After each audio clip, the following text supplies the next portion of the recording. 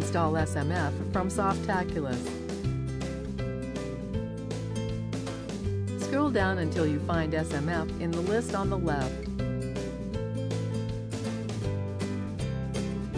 Click SMF.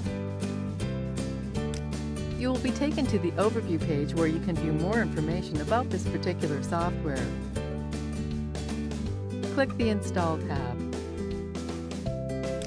If you have multiple domains associated with this account, you can select where to install it. The next two boxes require a directory and database name, neither of which should exist on the server. Under Settings, enter a site name and board email. These can be changed later on from the application's admin panel. Type the desired admin username and password that should be used. Also, enter a real name that will be displayed and the admin's email.